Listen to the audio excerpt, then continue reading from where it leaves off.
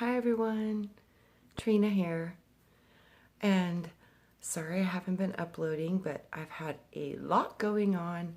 My grandmother is 94 and she's failing, so I'm going to go see her again this morning before I go to work, and trying to spend some time with her before she makes her final transition.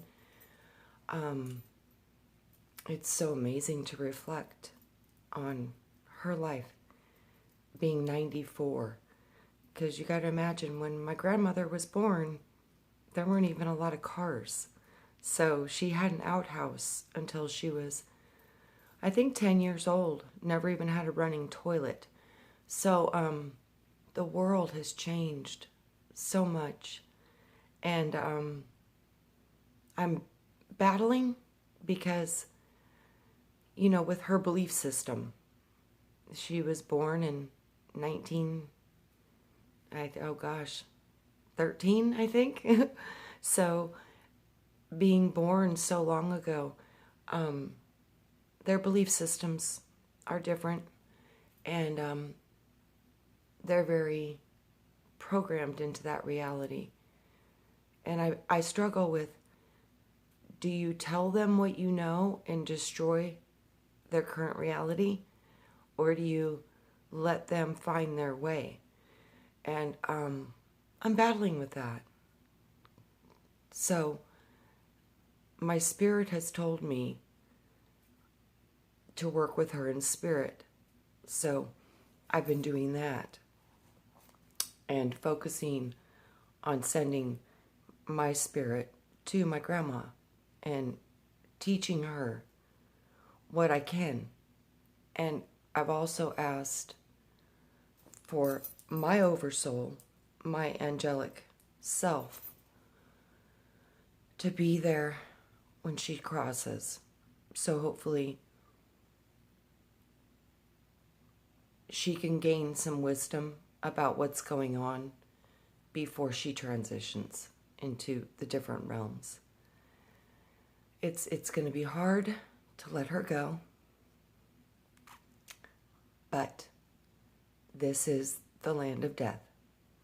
Nobody gets out alive, and we only have a window of time to be here with each other. So with that, if you guys don't see me making a lot of videos and stuff, it's because of that and what's going on with family and work. So between season and grandma, it's been a lot. But I wanted to make a video for you this morning because I do have a little bit of time, and it's getting interesting, and we're getting ready to go into the divine wisdom of the divine feminine and the divine Sophia, and I think that's going to be profound and beautiful. But where we're at now is chapter 16, Dismantling the Illusion of Separation. As we live through thousands of dreams in our present life, so is our present life only one of many thousands of such lives which we enter from the other more real life, and then return after death. Our life is but one of the dreams of that more real life, and so it is endlessly until the very last one, the very real, the life of God. Leo Tolstoy. As we live through 1,000 dreams in our present life, isn't that the truth? And I feel like I've already had several incarnations in one life, because I've done different careers, been married, divorced. I've just done so many different things and changed my reality within my reality multiple times. So we are living like dreams within dreams, and you can change your reality whenever you choose. Because I've done this, and it really does work. If you focus on something long enough, it will show up in your life, good or bad. So manage your thoughts. Really pay attention to what's going on in the internal workings of yourself. So now that we have revealed the 6 stages of the soul's journey, let us consider how we might use this knowledge to accelerate our evolution. What are the things that keep us from living in a state of love? And how are these dysfunctional patterns played out in the world today? Since the nature of the soul is unity with Source, how could we forget our primary original nature? How is it possible for us to know anything other than the perpetual unity and bliss? What is the mechanism that causes us to have temporary amnesia? This brings us to the mechanism of the Adi karma. Adi karma is the instrument by which the soul experiences an illusionary separation from God, giving each of us the opportunity to experience contrast, to exercise free will through choice. Adi karma is karma, not earned by the individual soul. It is established by the lords of karma in the beginning of the soul's journey in the lower worlds.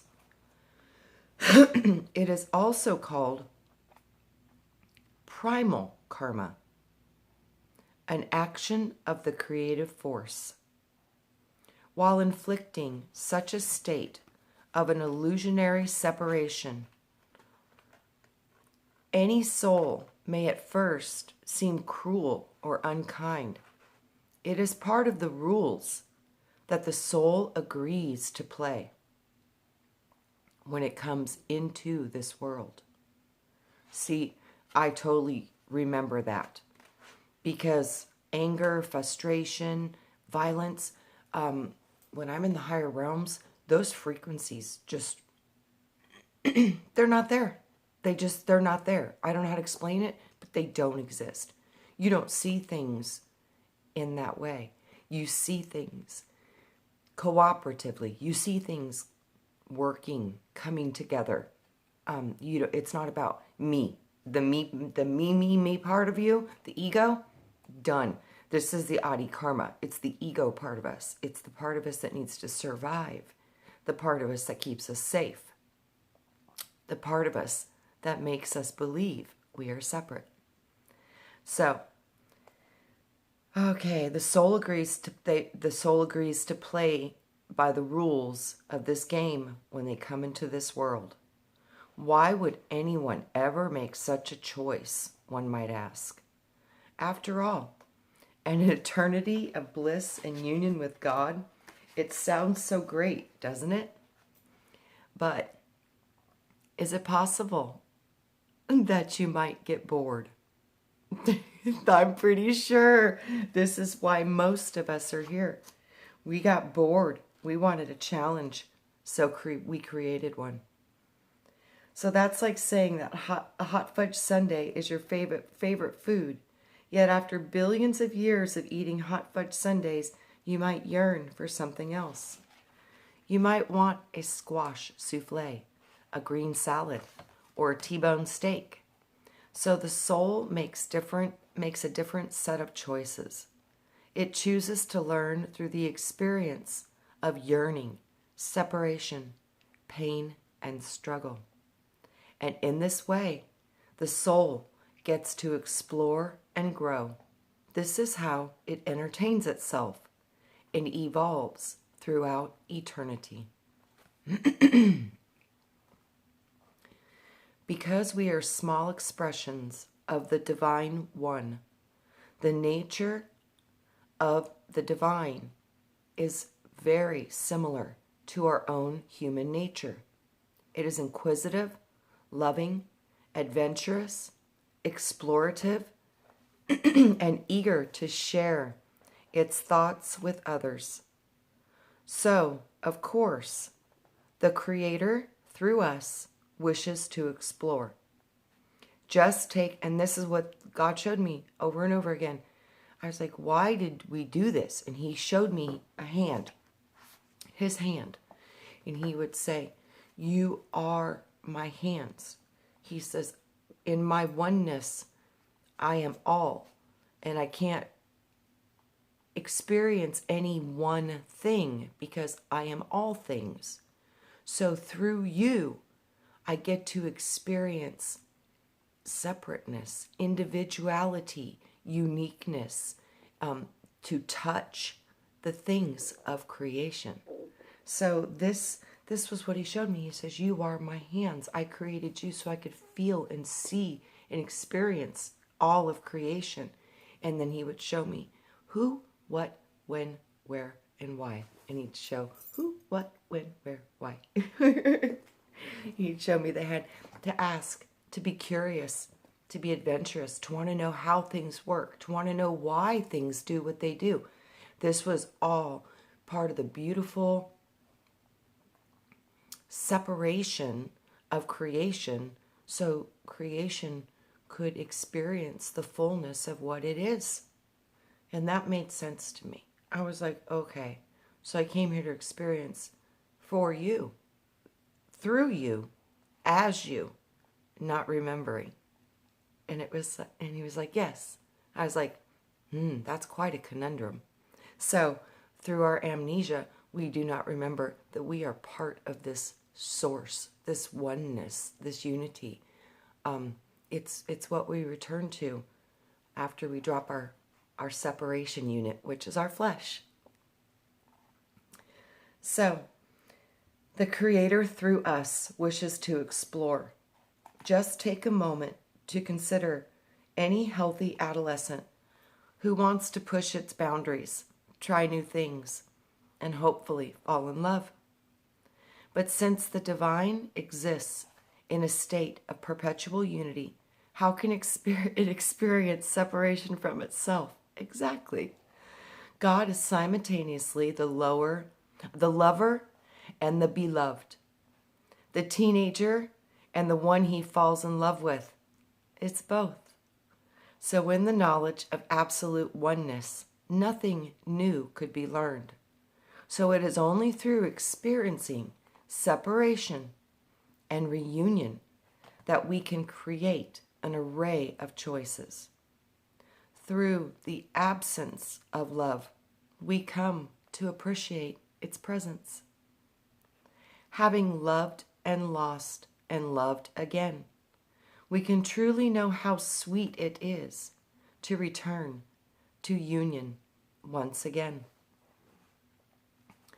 Just like our angelic twin, who remains in a state of perpetual light and bliss.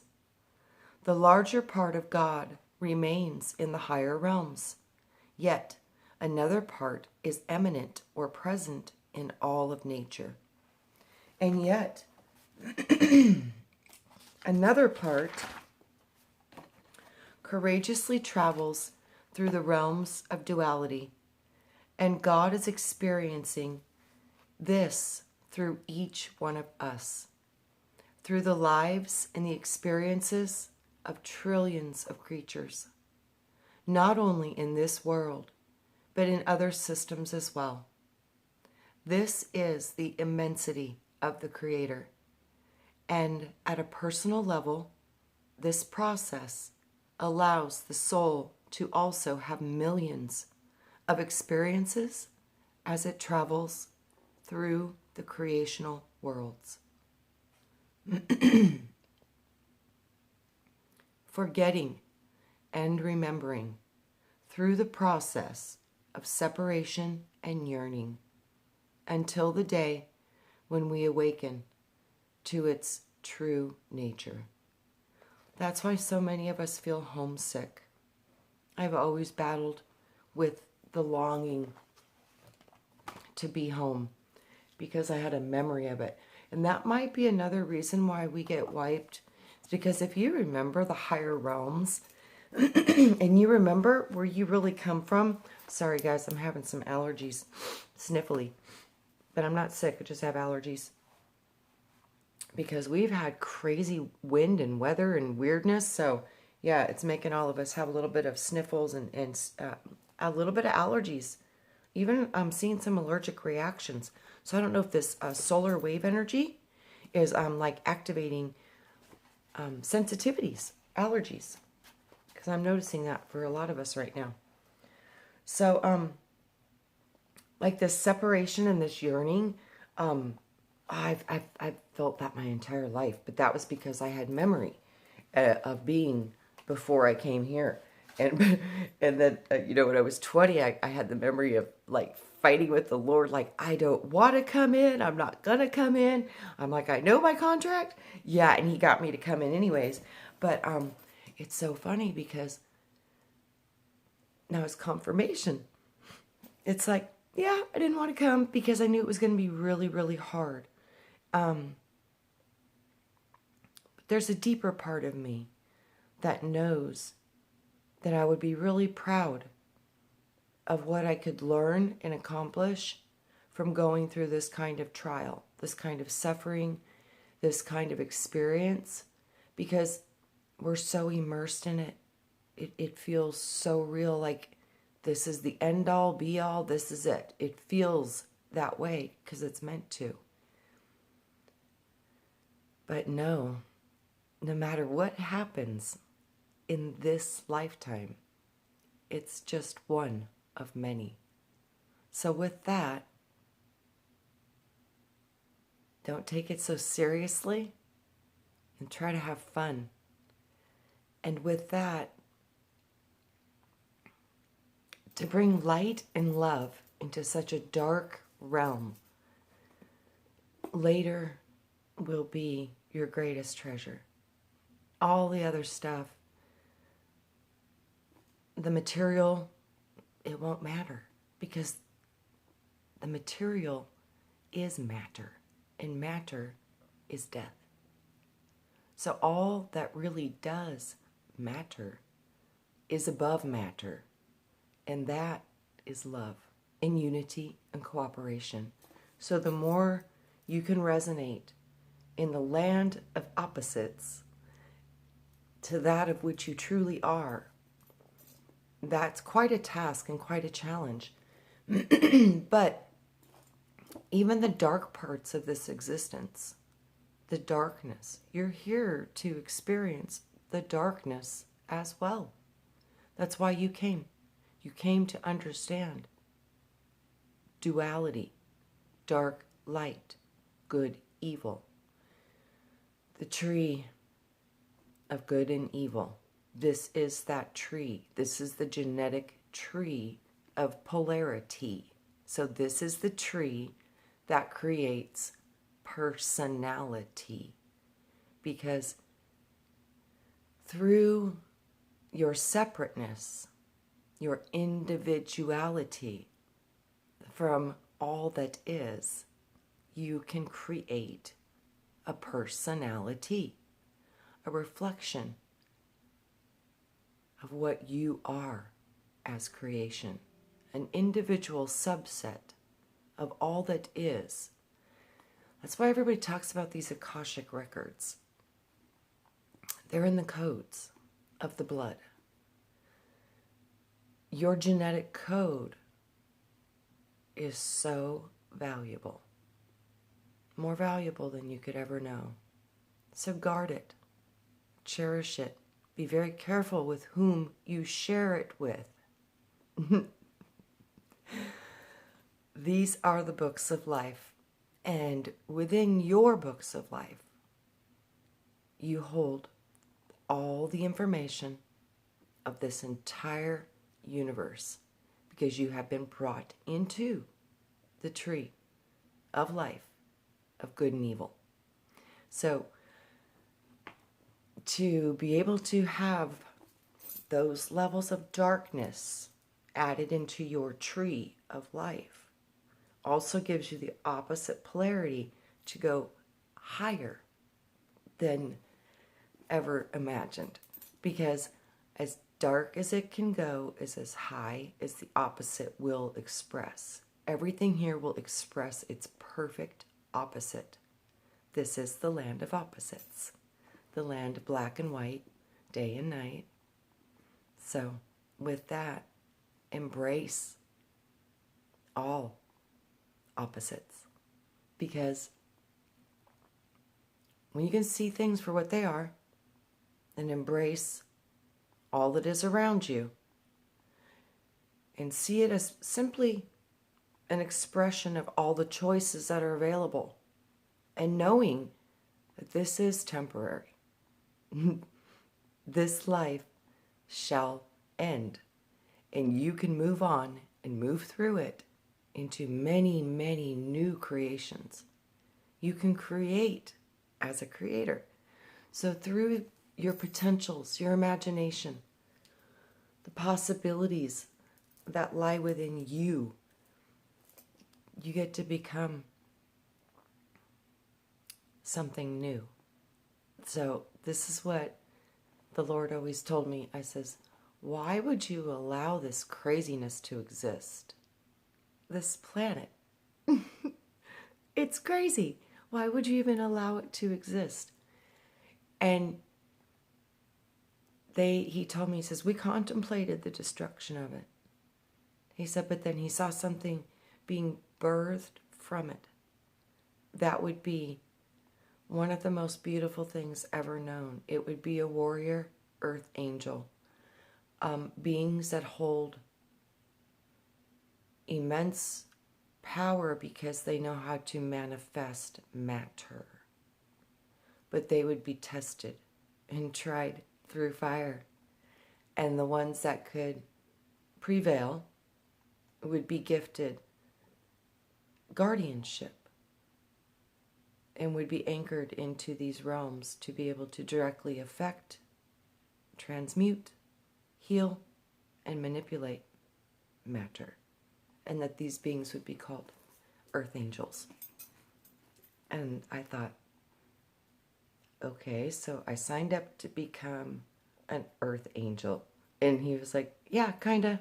And I was like, okay, I guess I can work with that. So those things have helped me to anchor into this world, to know that I have a purpose and that I'm here to create a change within a human species through evolution into higher levels of existence, more merging with our true divine nature, bringing that into matter, bringing as above to the below, as within, expressing without, to merge or marry the two parts of what you truly are, because you are eternal first, human second. So to merge the eternal part of you with consciousness and awareness into the matter part of you, this is the divine marriage that we came here to do. And we came here to activate both sides of our minds in harmony simultaneously, working with the ego so it can calculate and do what it does in its organization and its function, while opening up the channels of your mind to creativity and expressing the light that is unique to you, living within you. So, okay, the creation of the ego, that's where we will go next. And I hope you guys are enjoying this book. We are getting close to the end. We do not have a whole lot left. And next we'll be getting into the Divine Feminine. And I have another book too she wrote about Jesus. And I'm sure that that's going to be very interesting. Because I think the Jesus guy that she's talking to, it would be the same Lord being that I talk to. And the more I'm understanding the Lord, this is a primary guide I've always had since I can remember.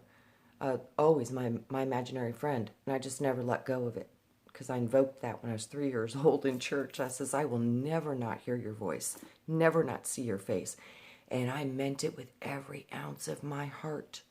Oh, it was so strong in my heart. All three agreed, and I manifested it right there. Boom, instantly. So you guys all have that ability to manifest that powerfully, and that it's instantaneous when all three agree. The monkey mind, the heart, and the gut.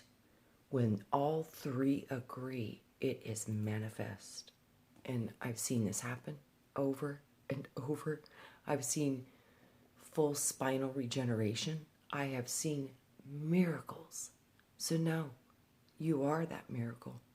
That potential is inside every single one of you. And that power comes from Mom, Mother, Divine Feminine. It's the receiving. It's the anchoring. And it's the manifestation, the womb. The inspiration comes from Spirit. It's more Father. But the making of it, the reception of it, the image of it, it's Mom. And when all three agree, Mother, Father, and the Christ, which is you, the Trinity activates, and heaven and earth become manifest. Midgard. That's why this is the middle. We meet in the middle. So much love to you all. I love you. Have a wonderful day. Say a prayer for my grandma. Have 100,000 angels grab her and take her to the highest realm that her soul can experience without fracturing apart because of vibration. So take her to where she needs to be, but the highest place she could ever go. Much love to you all. Talk to you on the next one. If you don't see me for a couple days, you'll know why. But I'll be back soon. And thank you for being part of my family, because you're part of my family too. See you on the next one. Bye.